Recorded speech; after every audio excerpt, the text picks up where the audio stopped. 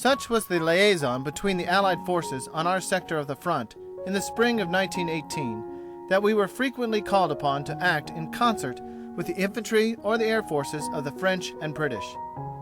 Thus, on Decoration Day, when all the thoughts from our aerodrome were directed towards the significance of the celebration that our people back home were planning for this occasion, a call came from the British Independent Air Force headquarters that an important expedition was being carried out that morning at 8 o'clock against the German railroad station at Conflans, and it would be appreciated if we Americans could furnish them some protection on their homeward journey.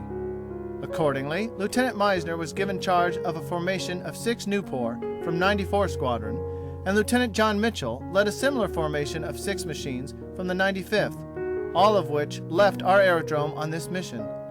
They were to rendezvous over Thiaucourt, which was about halfway to Conflans from the front. This Lieutenant John Mitchell of 95 Squadron must not be confused with the other John Mitchell, our colonel's brother, killed, as already stated, at Colombey-le-Bel. Thinking the chances good for a little private scrap of my own, I got my machine ready and left the aerodrome at 7:30.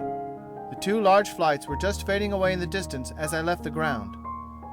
By the time I reached Fleury, I had attained an altitude of 15,000 feet and was in a splendid position to witness the whole show. There were the English squadrons returning from this expedition against the supply depots of Conflans. They had evidently dropped all their bombs and had quite as evidently aroused a hornet's nest in doing so. A large formation of enemy planes were following them hot-foot, and our fighting machines were climbing up to intercept them. Ahead of the British aeroplanes, a furious storm of shrapnel indicated that Archie was not caught napping. The German shells burst below and ahead of the bombing squadron, but ceased as soon as the pursuing Hun machines approached that area. Those German batteries were putting up a beautiful performance, but they were lacking in just one essential. They couldn't hit the target. My own formations were at that moment passing over Thiaucourt and were dashing forward with all speed to the rescue of the approaching Englishmen. It looked like a regular dogfight that was preparing before my very eyes. The Americans should reach the Englishmen at about the same time that the Huns overtook them from their rear. Suddenly I noticed something going wrong with the American formation below me. Evidently, another enemy flight had come up from the west and had started a free-for-all fight to prevent the Newport from giving aid to the bombers. As I watched this encounter, I noticed one of our Newport, probably 3,000 feet below me and a little to the west, first flutter and then begin to fall out of control.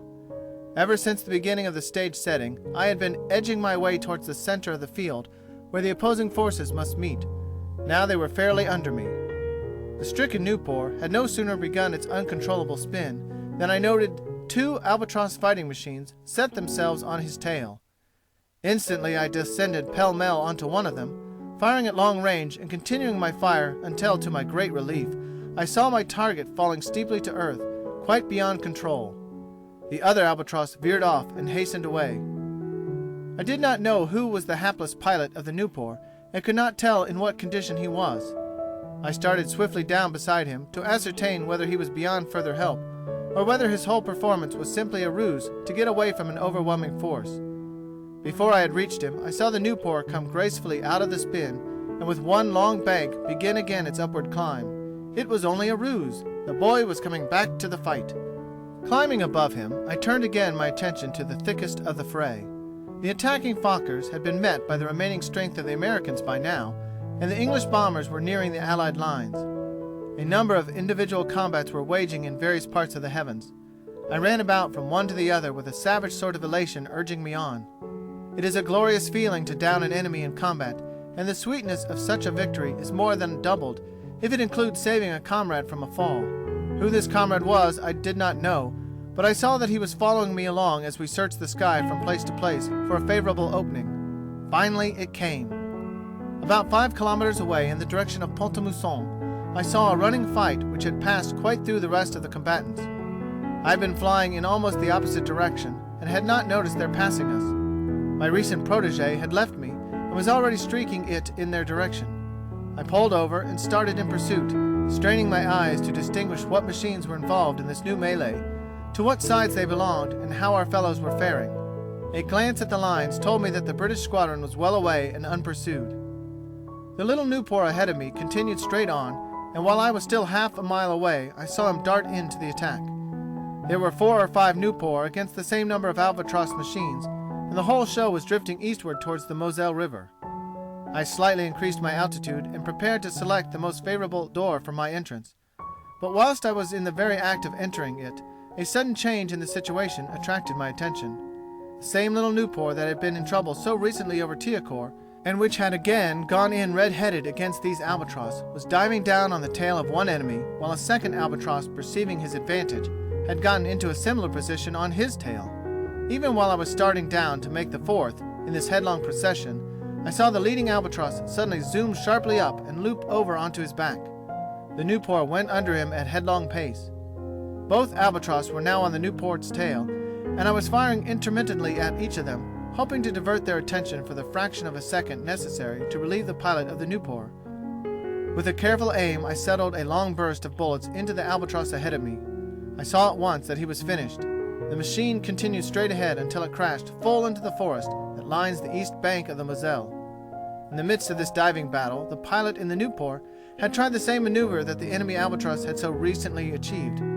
Pulling back his joystick with great suddenness, the Newport rose and let the 2 machines, one a pursuer, the other my victim, and now pilotless, pass beneath him.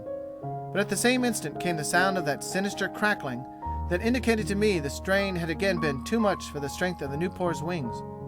The whole surface of the canvas on the right wing was torn off with the first wrench. It was the same familiar old accident that had so nearly claimed Jimmy Meissner a fortnight previously, that had indeed landed Jimmy Hall a prisoner in German lines, and that had so terrified me a few days before. And here we were again, at least 4 miles north of no man's land. Would he disintegrate here, or would he be able to make some sort of landing in the forest-covered mountains below? It was a pitiable choice. Fortunately, we were left alone with our problem, the pilot of the other Newport and myself. The 2 albatross had evidently decided to call it a day and go in. They may never have known the catastrophe which overtook their coveted victim. The other enemy machines had carried on their attacks or retreats well beyond the Moselle. I took a rapid survey of the heavens before turning my helpless attention to the ugly situation in which my protege now found himself. Truly, if he gets out of this alive, I thought to myself, he will certainly survive the war.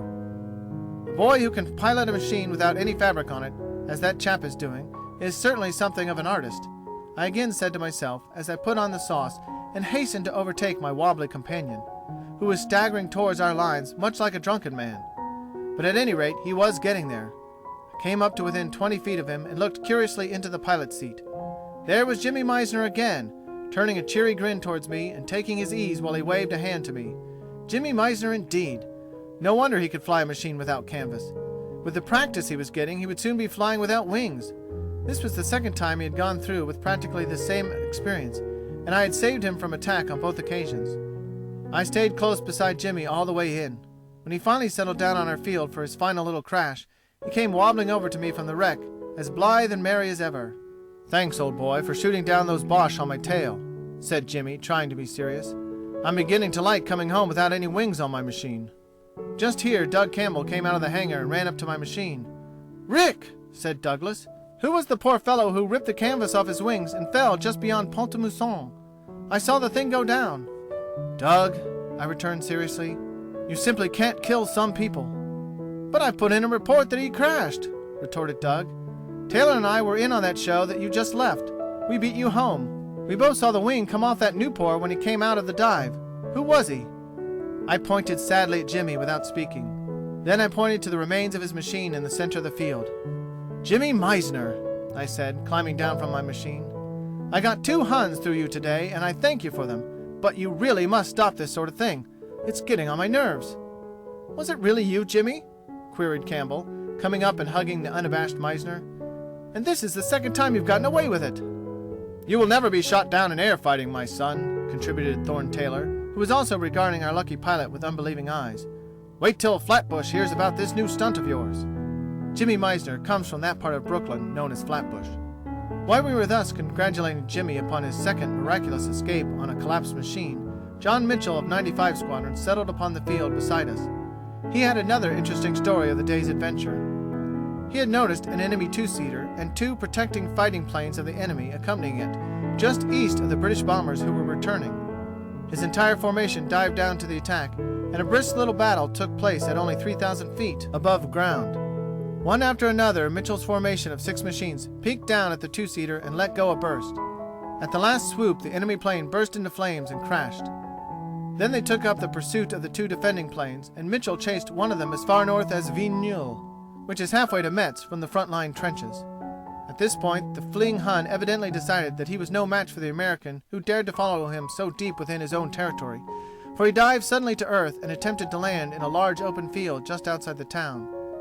Mitchell followed him all the way down, firing continuously as he attempted to land. The Boche pilot made a miscalculation of his distance, being probably scared out of his wits, ran full into a fence, and turned a double somersault before ending in a total smash. Just how the pilot came out of this misadventure, Mitchell had no way of ascertaining, but as long as the wreckage remained in his sight, no person attempted to emerge therefrom. It was a glorious day for 94 and 95 squadrons. We had brought down in combat 4 airplanes of the enemy without the loss of a single one of our own. We lost 1 machine through accident in this fight, but there were so many amusing incidents connected with this accident that none of us took it seriously. It happened in this way. The comedian in life of 95 Squadron was Lieutenant Casgrain of Detroit, Michigan. Lieutenant Mitchell took him along on this expedition, although it was his first trip over the lines. Casgrain kept in the formation and took a gallant part in the attack on the 2-seater machine, which ended in its destruction in air. But in recovering from the downward dive, Casgrain made the same mistake which so many of us had made in pulling up the Newport too quickly. He lost his canvas, just as Meissner had done. Being unaware that the proper manipulation would permit him to fly home in that condition, Casgrain put his nose down immediately and began a long glide to earth. Evidently, he thought he was much nearer home than he was, for as we were told later by an artillery observer who had seen him land, Casgrain floated blandly halfway across no man's land, which is about a mile wide at this point, selected a smooth piece of ground, and landed with the ease of an eagle. He stepped out of his machine with a nonchalant manner, map in hand, and set about quietly perusing it, as much as to say, "Well, here I am. Now just where am I?" At this moment, several rifle balls dug up the dirt at his heels. He dropped his map and made a jump for some nearby trees.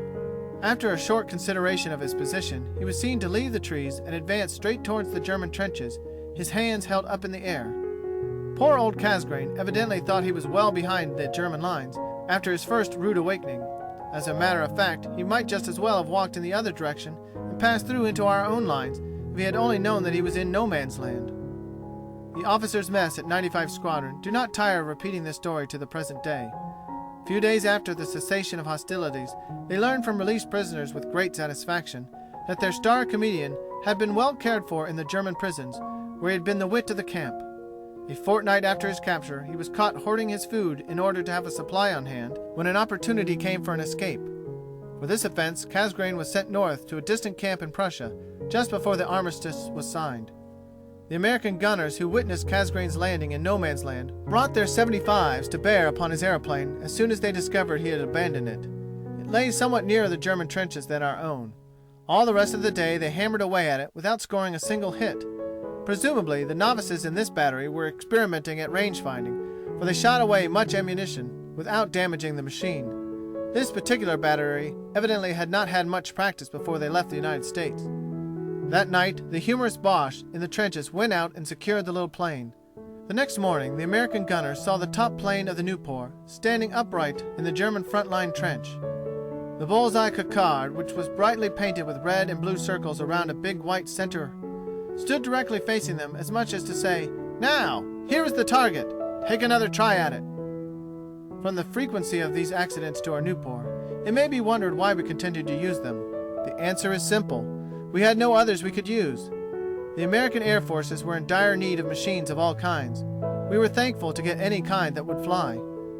The French had already discarded the Newport for the steadier, stronger Spad, and thus our government was able to buy from the French a certain number of these out-of-date Newport machines for our American pilots, or go without. Consequently, our American pilots in France were compelled to venture out in Newport against far more experienced pilots in more modern machines. None of us in France could understand what prevented our great country from furnishing machines equal to the best in the world. Many a gallant life was lost to American aviation during those early months of 1918, the responsibility for which must lie heavily upon some guilty conscience.